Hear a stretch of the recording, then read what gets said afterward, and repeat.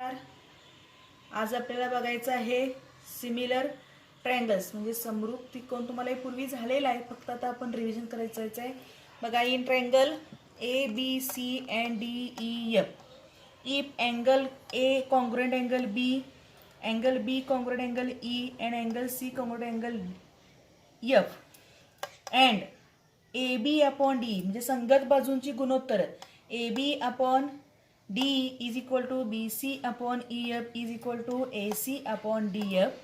Then triangle ABC similar triangle DEF. तर हे दोन त्रिकोण समरूप आहेत असं आपण म्हणतो. एकरूपता आणि समरूपता याच्यामध्ये फरक आहे, लक्षात ठेवा. कॉन्ग्रुएंट म्हणजे कॉन्ग्रुएंट ट्रायंगल्स म्हणजे तिथं corresponding angles corresponding sides congruent असतात, पण सिमिलॅरिटी मध्ये मात्र फक्त करस्पॉन्डिंग अँगल्स कॉन्ग्रुएंट असतात, पण त्याचे जे बाजू आहेत त्या बाजूंची गुणोत्तर मात्र कशी आहेत, फक्त समान असतात. आता हे ओळखायचं कसं, तर त्याच्यासाठी टेस्ट आहे बघा. पहिली टेस्ट आहे a test for similarity of triangle, angle angle angle test. Okay.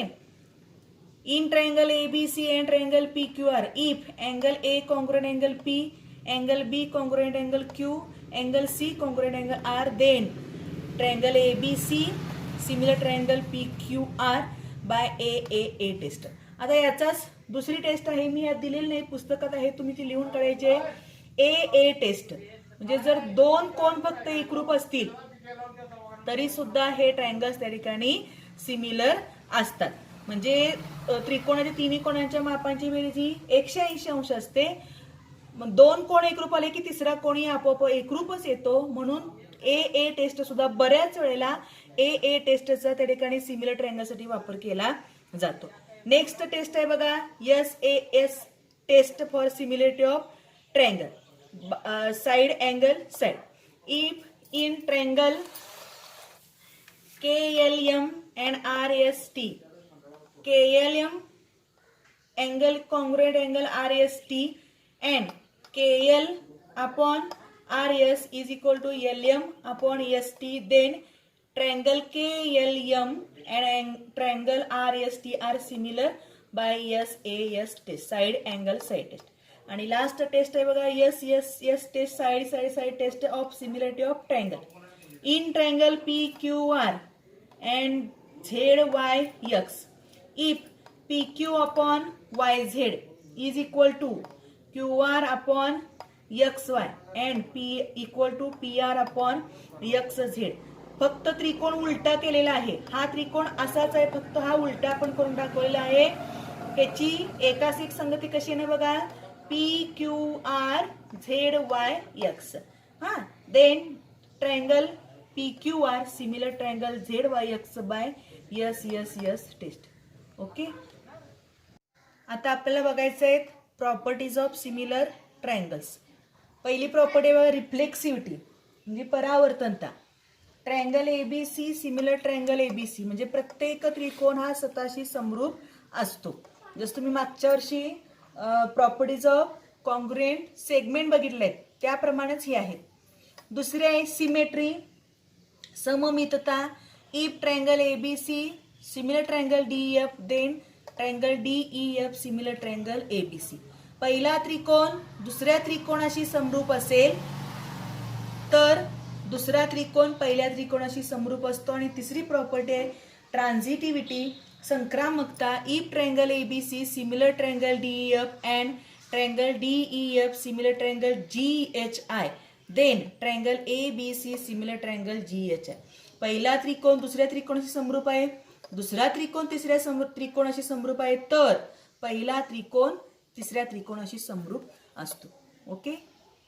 नमस्कार विद्यार्थी मित्रांनो, आज आपल्याला बघायचं आहे theorem of areas of similar triangle, समरूप त्रिकोणांच्या क्षेत्रफळांचे प्रमेय. थेरम काय बघा, when two triangles are similar the ratio of areas of those triangle is equal to the ratio of the squares of their corresponding sides.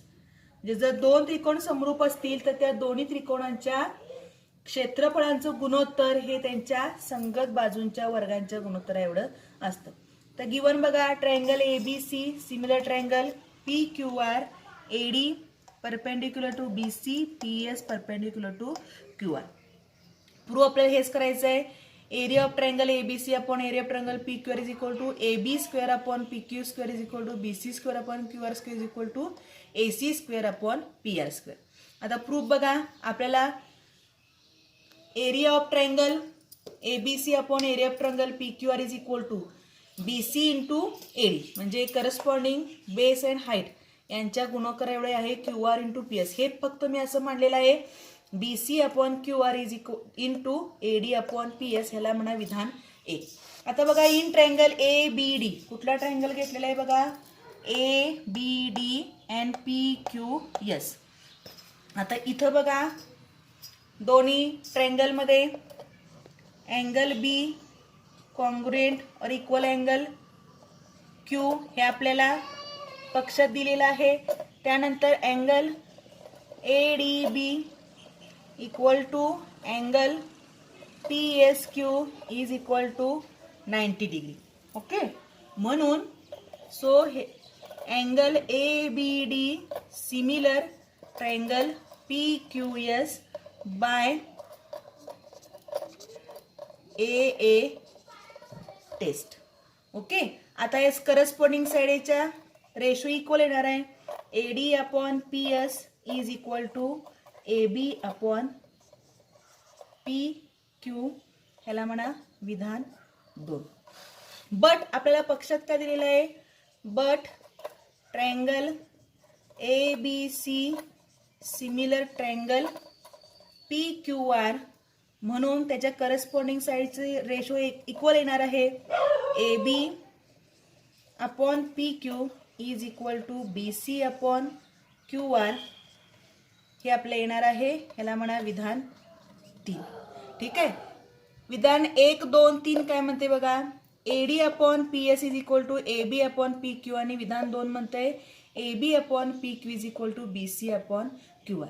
म्हणजेच आपण इथं विधान 2 आणि 3 वरून असं म्हणू शकतो की AD upon PS is equal to BC upon QR. Okay, AD upon PS is equal to BC upon QR. हे कशावरून आलं, from 2 and 3.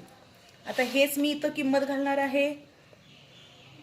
Area of triangle ABC upon area of triangle PQR is equal to आपण लिहिलेलं आहे BC upon QR into AD upon PS, ह्याला आपण 4 number देऊया. आता इथं AD अपॉन PS ऐवजी मी इथं लिहिणार आहे BC upon QR is equal to BC upon QR into BC upon QR is equal to BC square upon QR square. याचप्रमाणे आपल्या पुढच्या ज्या साईड्स आहेत त्या आपण सिद्ध करता येतील.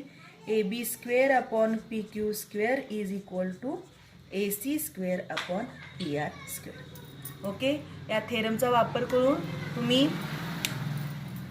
प्रॅक्टिस सेट 1.4 आणि प्रॉब्लेम सेट 1 तुम्ही सोडवायचा आहे. काय शंका असतील तर विचारा. धन्यवाद.